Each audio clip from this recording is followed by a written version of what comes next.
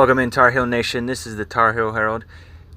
This one right here is going to be a clip taken from the podcast I sent out a couple days ago. But if you could, like, comment, subscribe, hit that notification bell, and then even share if you can. But if you want to just hear the whole podcast, it's just shy of 30 minutes. You can head over there and check that out. But if you want to just watch the single clips, all of them will be coming out here soon. But all right, let's jump into it.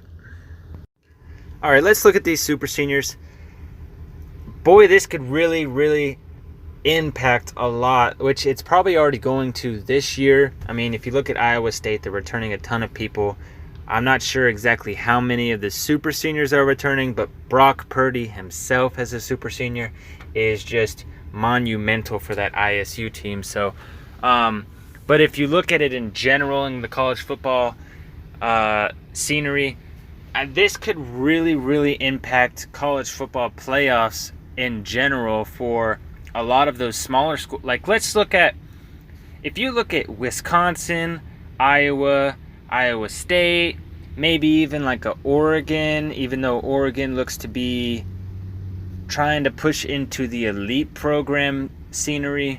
But if you look at those tier 2 teams, but not just tier 2, but the teams that don't recruit highly every year, they're normally on the lower end, but what they do is they develop players very well, like Iowa and Wisconsin, like I said before, or maybe like a Pitt.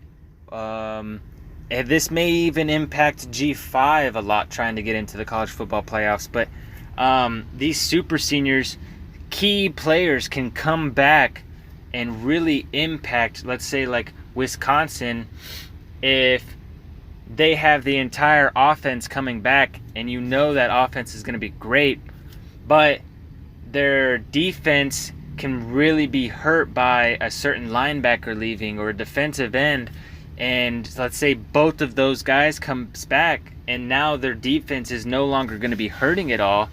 You can see Wisconsin finally getting over the hump of the Big Ten championship and finally maybe even getting to the college football playoffs. You know, Wisconsin or Iowa could do this.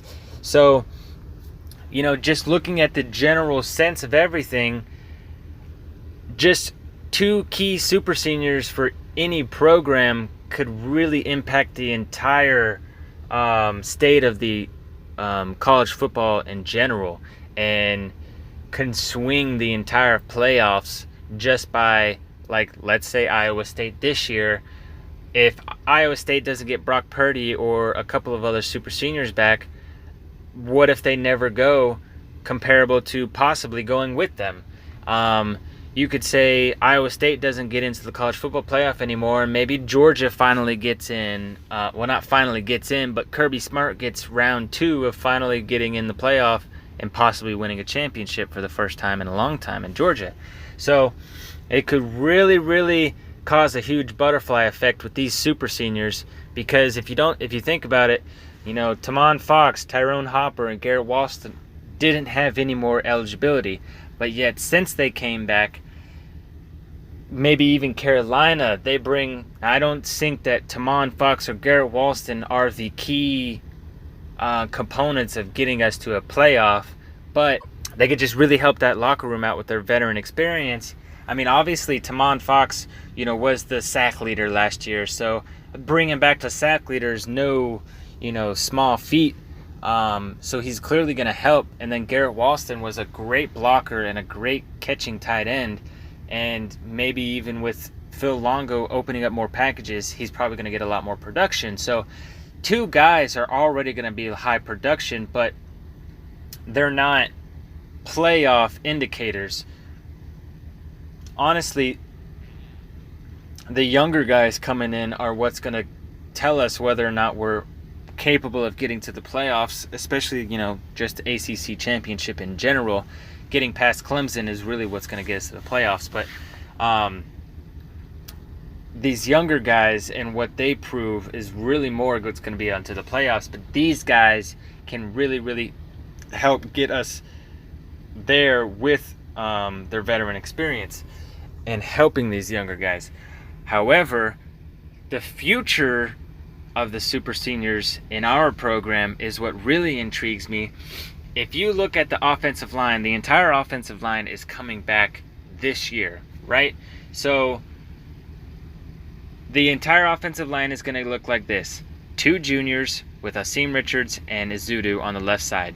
Then you have all seniors with Brian Anderson, McKeithen, and Tucker all on that middle right side. They're all going to be seniors, already returning everybody this year. And, they're going to be a great run offensive line already. Maybe they even step up to be great pass blockers as well and really elevate Sam to the next level of becoming a Heisman. So with everybody returning, and you're going to have 2 full seasons of returning production, that could possibly come back again for a 3rd year of full. Can anyone in history tell me that the entire offensive line returned 3 straight seasons, especially when it's a pretty heavy upperclassmen? Now, technically we had some sophomores this year, but this year they'll all be upperclassmen, and then next year, if they come back as super seniors, of course, the 2 juniors just coming back as seniors.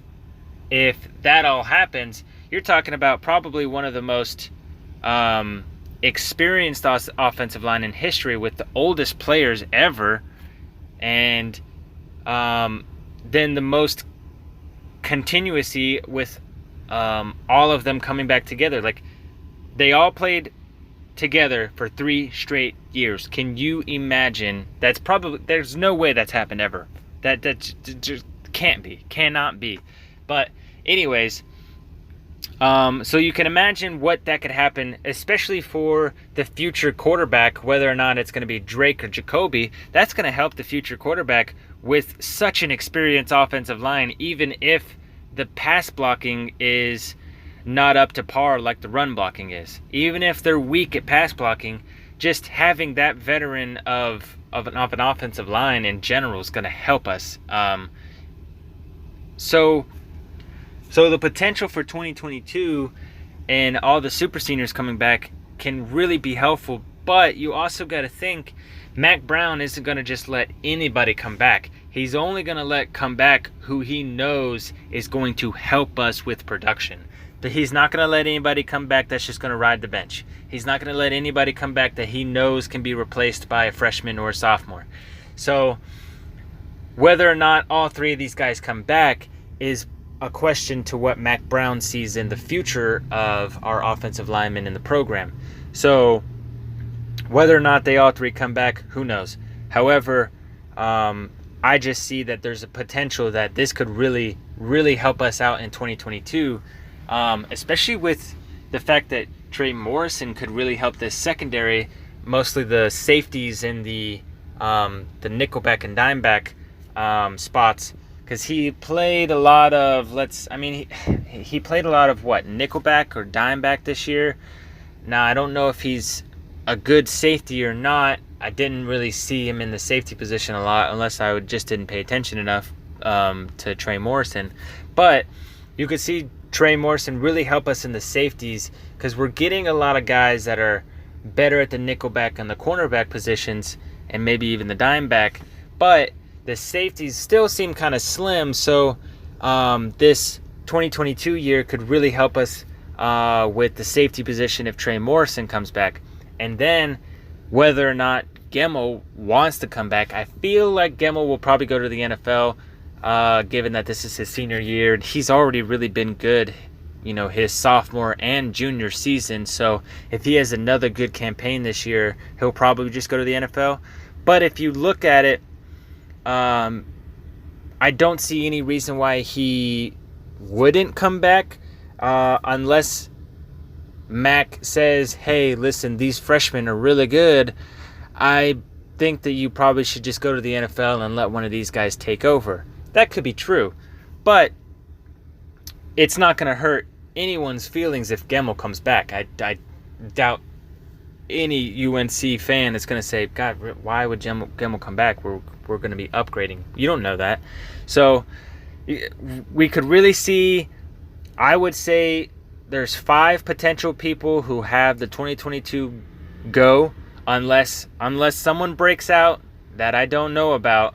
The 5 people are the 3 offensive linemen, Brian Anderson, Marcus McKeithen, and Jordan Tucker. And then you have Trey Morrison and Gemmel. These are the only people I really see having possible return with that super senior status in 2022. But I really think Morrison and then a couple of these offensive linemen is what you're going to see return.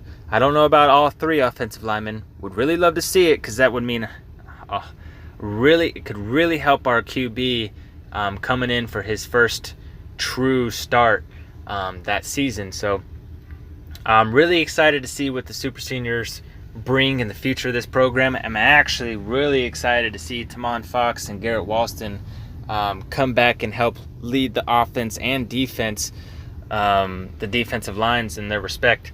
But with that, let's go ahead and move along and jump into the next topic. That's going to wrap it up for this one, guys. Thanks for tuning in. Remember to like, comment, subscribe, hit that notification bell. And then if you know anyone who might want to watch it, go ahead and share this.